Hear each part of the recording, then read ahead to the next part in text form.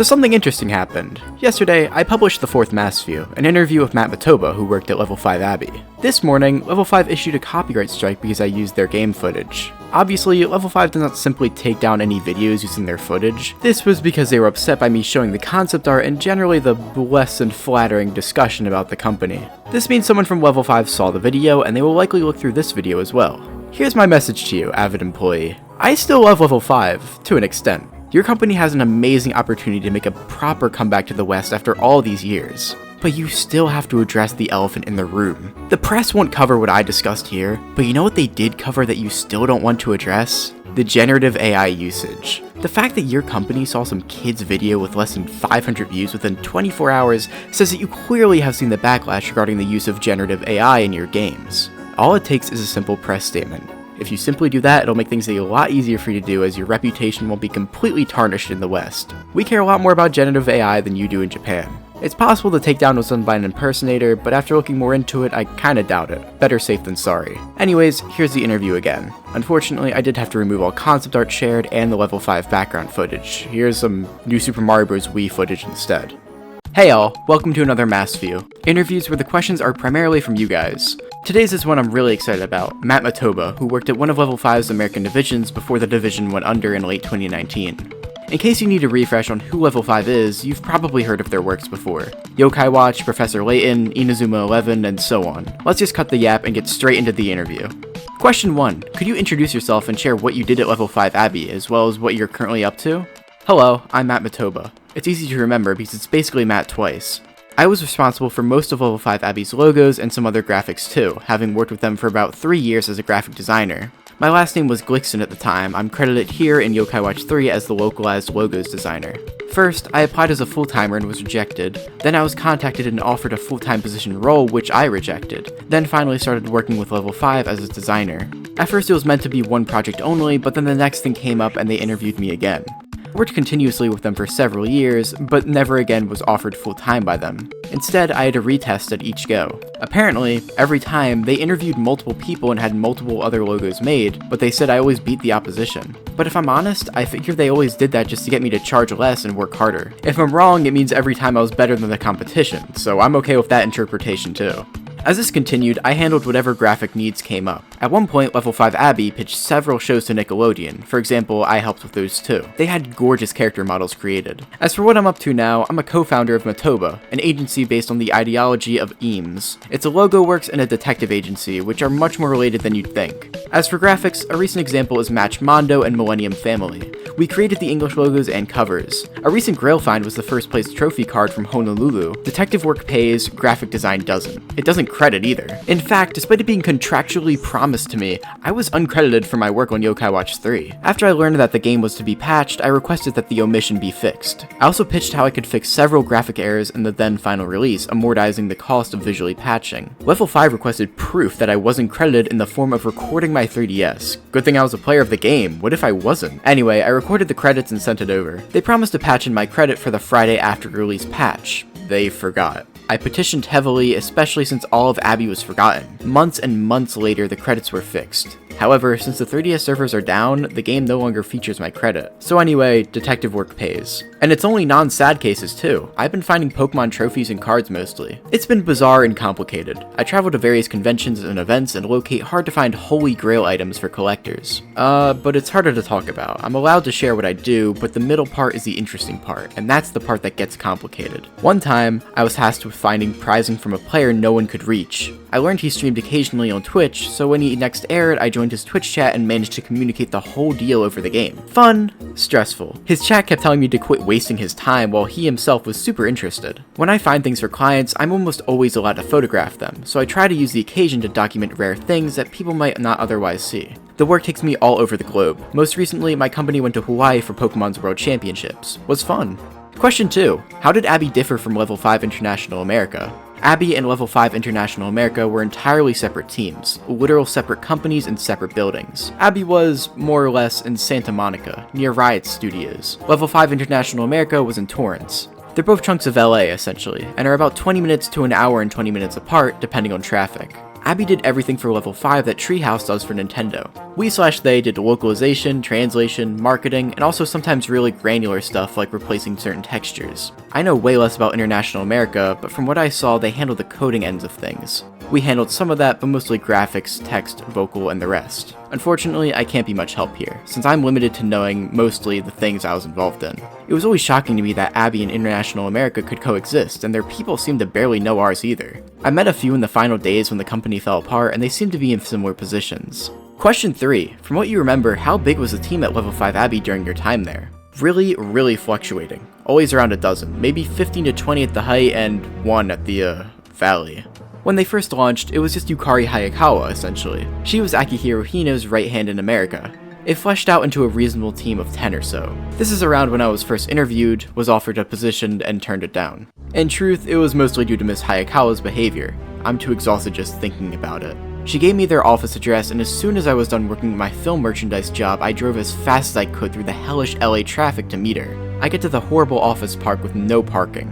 I couldn't go up the elevators, locked, and she wasn't answering her phone or email or even the receptionist. Eventually, too much time passed. I was late. Finally, a response. "Where are you?" She was at a restaurant, having never mentioned this to me. I drove to meet her some 15 minutes away. Not bad by those LA standards, but still really annoying. We had a pleasant meal. In truth, I had already been passed over. The job I had wanted went to someone else. However, that person's recruiter needed to take maternity leave, so they wanted to offer a role to me wherein I would function rarely as a designer and mostly would handle anything needed. The recruiter suggested me for several reasons, but Yukari told me 2 stood out. 1, my Japanese was amazing. It wasn't, but thanks. 2, my whisper impression was amazing. It was. Truly, none of that is why I said no. I said no because I thought I had a stable job, and because I could tell I would be sad working under Yukari, like on a day-to-day, in my heart place. When we finished eating, we returned to the office, and this was when and why I realized I couldn't work there. Yukari asked me to sit in a meeting room with her, and we spoke, discussing the job and what it entailed. I asked her about the day-to-day. She explained I'd have to do some of everything, which I deeply believe is important. She explained who I'd work with, which was 2 people in particular. Then, explaining she wanted to familiarize us, she left and had each of the people join me in the room, one at a time, for about 15 minutes each. To be clear, they didn't interview me, they had no questions for me, and they had no direction for or from Yukari. They seemed more confused than I was. In short, I was placed in a room with strangers and told to make it less awkward, as this would be my life now. I think and hope I did make it less awkward, but that is certainly not my job. Although it is sometimes now, as I also interview people on occasion.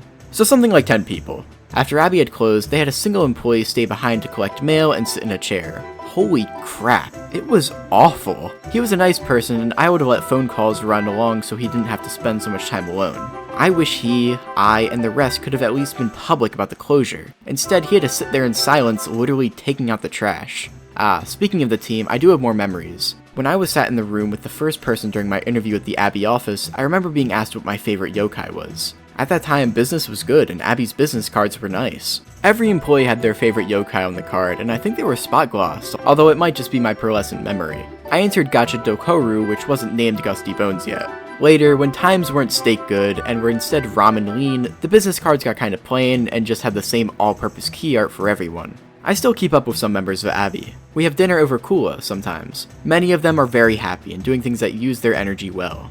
Question 4. How did Level 5 decide what games Abbey would localize? They'd find the raccoon with the least will to live, throw it on a highway, then read the Rorschach test that was left over. Whatever game it most resembled, that was the one. They had very poor workflow in this area, in my opinion. There was no hard answer other than what did well in Japan. From the time of Yokai Watch 1 through 3, the answer was certainly Yokai Watch. After 3, the answer was varied, with focus on Snack World as the next wide IP. After that, the focus was on the HD for mobile series of Layton remakes. Before Yokai Watch 1, Abbey did very little. It was essentially founded for the purpose of successfully moving Yokai Watch to the States. Question 5. Are there any particular examples of contributions to Level 5 projects you're proud of? Yokai Watch 3's logo.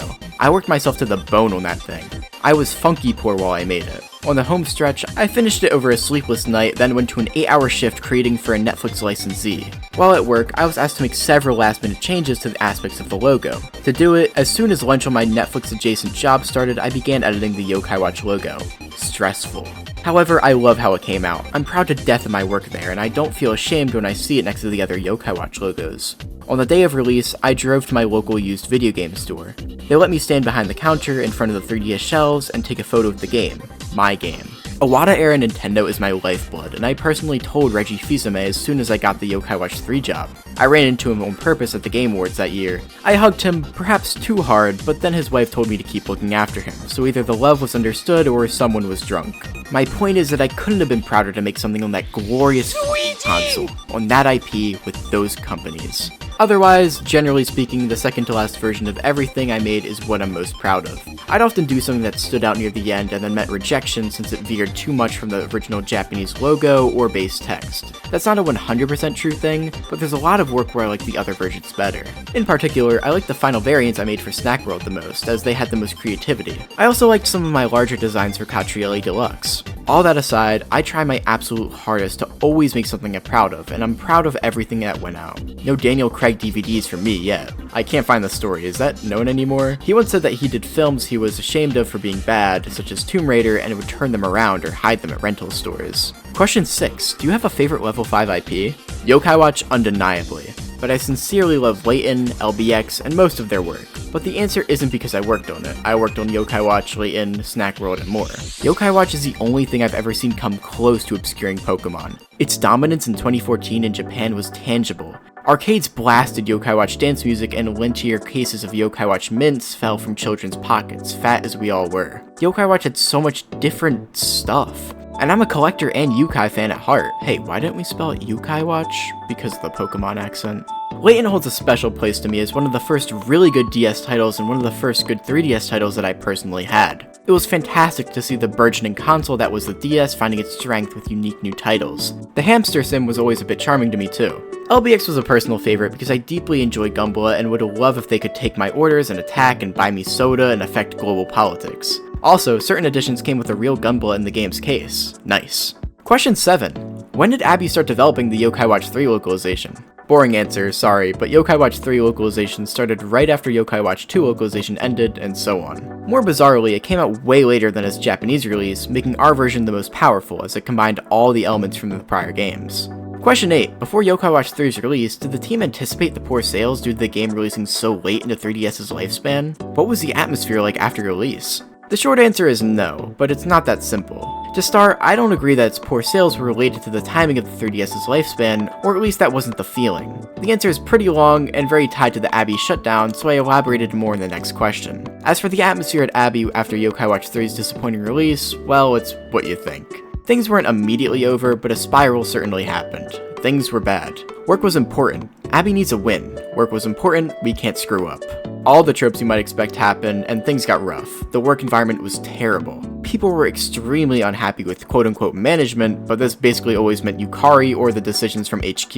In fact, please look up the Glassdoor reviews. They were a lot. I personally saw some of the things they mentioned. Greedy choices made due to loss caused more loss. That sort of thing. Question 9. Can you give more insight into how Abby's shutdown happened? Surely, first off, the stuff said in this article is a good prep. There were so many reasons it happened, and so much was obvious from a distance, and yet it all still exploded on impact, like birds out of cannons. No one reason caused it to shut down outside of Luigi! Up too bad. The first reason was severe mismanagement of Yokai Watch. I'd like to point out one very specific reason, which is Level 5 removing Nintendo as a producer on Yokai Watch after the series' release. In this moment, I no longer remember if it was after 1 or after 2, but it should be a matter of public record. Nintendo asked for a large portion of Yokai Watch's profits in return for publishing the game, a typical setup for this sort of thing.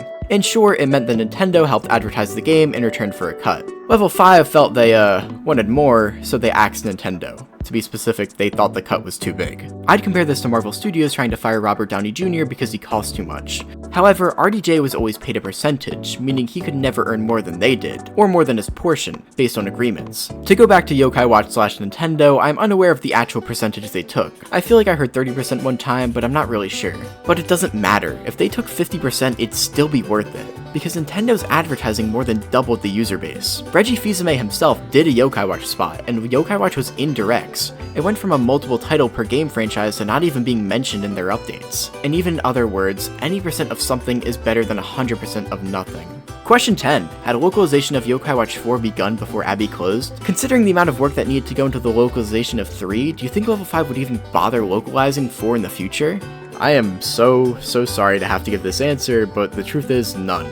Perhaps not literally none, some emails were flung around. The announcement of Yokai Watch 4 being localized was serious, but nothing of major value or content was localized. Localization of 4 was mostly due to the push from several internal staff who deeply loved the series. Yokai Watch 3's failure was too severe, combined with snack worlds and a generally declining game state. Shortly after the announcement, we all knew it was cancelled. Wasn't the intent to lie ever.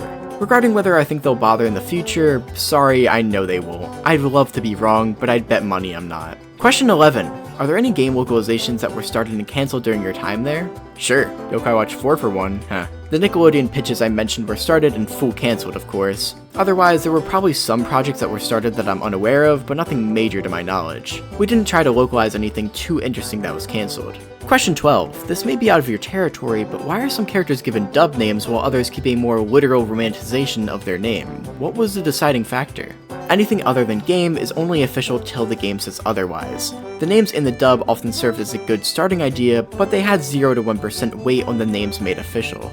It was a lot like when a book writes new canon, and it counts until the movie says otherwise, or how Netflix Daredevil is like, sorta happened. The teams who made dub names were mostly unrelated to the game teams, and were entirely different people. The dub had little to say over game choice, Abby did that. Although, and this is pretty cool, Abby sometimes let people in the community name yokai. Names mostly came from internal messages or literal translations. Question 13. From what you know, were there any plans to make mobile ports of the second Layton trilogy?